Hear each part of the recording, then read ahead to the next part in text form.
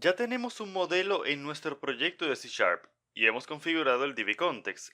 Ahora lo que queremos hacer es utilizar Entity Framework para transformar ese modelo de C Sharp en una tabla de SQL Server. Para eso vamos a utilizar migraciones. Las migraciones son el mecanismo por el cual podemos tomar los cambios que hagamos en nuestro DB-Context o en nuestros modelos y registrarlos en nuestro código, para luego poder generar un query que va a actualizar nuestra base de datos. También aprenderemos a utilizar el tooling de Entity Framework para generar migraciones y para generar el script de SQL correspondiente a la migración realizada. Vamos a ir a Visual Studio a ver esto. Entonces, lo que vamos a hacer ahora es que vamos a generar nuestra tabla de SQL Server a partir del modelo estudiante. Lo primero que tenemos que hacer es utilizar migraciones. ¿Qué son las migraciones? Las migraciones son un mecanismo que utiliza Entity Framework para indicar cuáles son los cambios que se han ido realizando a lo largo del tiempo en tu base de datos. La idea es que yo acabo de crear dentro de mi application DB Context este DB set que me indica que yo quiero tener una tabla de estudiantes en la base de datos. Bien, entonces yo debo de, digamos, registrar ese cambio en una clase. Eso lo va a hacer Entity Framework por mí, claro está, con el tooling que acabamos de instalar. Pero yo necesito escribir ese cambio y luego en el siguiente paso es que yo puedo realizar realmente el cambio en SQL Server. Entonces, el marco de trabajo es el siguiente. Tú realizas un cambio en tu modelo, en tu application DB Context, ya sea que tú crees una nueva clase o que a esa clase le agregues nuevas propiedades.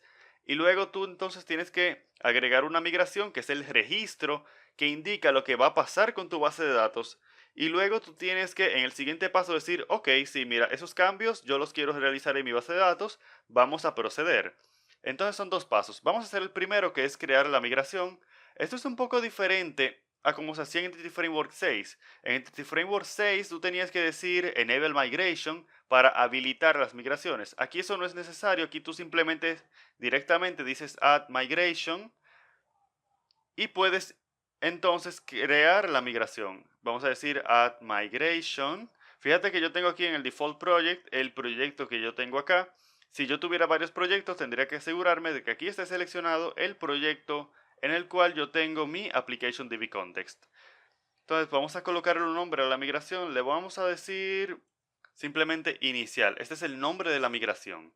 Entonces, si yo tuviera otro DB Context, yo también tendría que especificar el nombre del DB Context acá. Entonces vamos a presionar Enter y vamos a ver que al cabo de unos segundos ya ha terminado. Como te decía, aquí él me está indicando qué es lo que va a pasar con mi base de datos. Todavía no ha pasado nada. SQL Server no ha recibido ningún tipo de query o algo que le indica que hay que crear una nueva tabla. Yo simplemente tengo aquí lo que va a pasar. Entonces aquí dice que se va a crear una tabla de nombre estudiantes. Va a tener las siguientes columnas, la columna ID y la columna nombre. Fíjate que la columna ID es un entero y la columna nombre es un string. Y también que va a haber un primary key con este nombre que le pertenece a esta columna, a la columna ID. Fíjate que tenemos dos métodos, el método up, que es el método que indica lo que va a pasar cuando tú utilices la migración, y el método down, que es el que indica si tú quieres, si cuando tú vayas a reversar la migración, qué se debe hacer para reversar todo lo que ocurrió en el método up.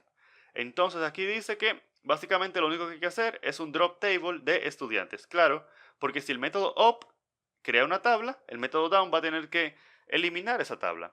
Entonces lo que vamos a hacer es que vamos a decir que sí, que yo quiero efectivamente realizar esta migración, que yo quiero que se cree esta tabla en mi base de datos. Pero, ¿y si yo no puedo, y si yo no tengo permisos para ejecutar ese tipo de queries en mi aplicación? En ciertas instituciones grandes, típicamente existen los famosos DBAs o los administradores de bases de datos, que son los que deben de recibir todos los queries que tú quieras hacer en la base de datos y ellos tienen que estudiarlos, analizarlos, decirte si está bien o no. Y son ellos los que tienen los usuarios que tienen permisos para realizar esa acción. Entonces, en este caso tú puedes hacer lo siguiente. Tú puedes venir al Package Manager Console y utilizar un comando que sirve para emitir lo que sea que haya aquí en C Sharp como un query.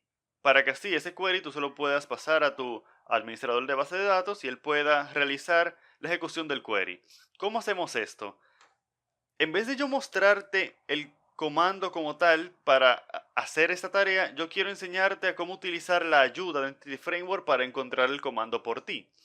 Lo que vamos a hacer es que vamos a utilizar un comando llamado getHelp y vamos a escribir después de getHelp Entity Framework Core. Entonces vamos a decir Entity Framework Core. Y vamos a ver que al cabo de unos segundos se listan los comandos de Entity Framework Core que podemos utilizar. Tenemos el add migration, que es el que acabamos de utilizar para crear una nueva migración. Tenemos drop database para borrar la base de datos, obtener DB context, remover migración para remover la última migración que acabamos de hacer.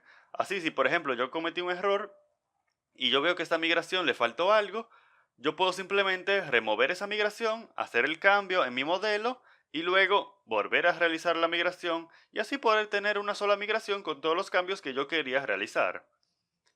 Entonces vamos a ver que tenemos otro que se llama Scaffold DB Context, que sirve para hacer lo que se conoce como Database First o base de datos primero, que es cuando tú tienes una base de datos ya creada, ya realizada, y tú quieres utilizar Entity Framework. Entonces, con Scaffold DB Context, tú vas a crear el DB Context y todos los modelos que se corresponden con esa base de datos.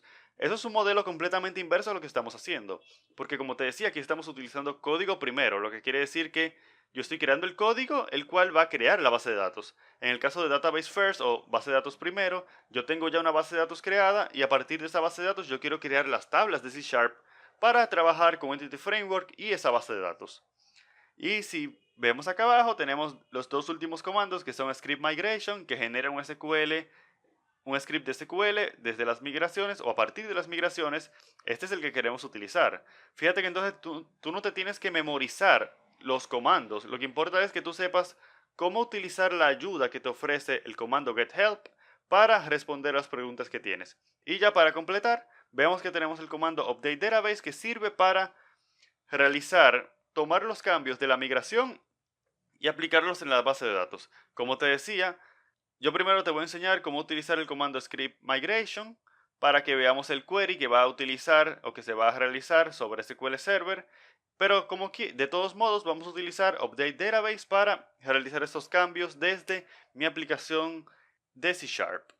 Entonces vamos a decir script-migration y vamos a presionar enter y esto lo que va a hacer es que al cabo de unos segundos va a emitir un archivo .sql el cual contiene los cambios que vamos a realizar. Y aquí podemos ver que tenemos varios comandos. Uno de ellos es create table entity framework migration history. Esa es una tabla que Entity Framework usa para anotar los cambios que tú has ido haciendo en tu base de datos. Esto es algo completamente interno de SQL, perdón, de Entity Framework. Tú no debes realmente tocar esa tabla. Lo que nos interesa es este otro comando que dice crear tabla estudiantes con las columnas tal y tal y el constraint primary key ID.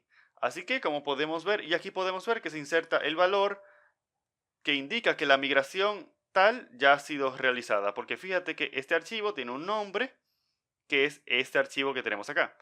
Y podemos ver que tenemos los archivos que acabamos de ver en la carpeta de migrations. Entonces, como te decía, tú podrías pasarle este .sql a un administrador de base de datos y para que pueda correr el query.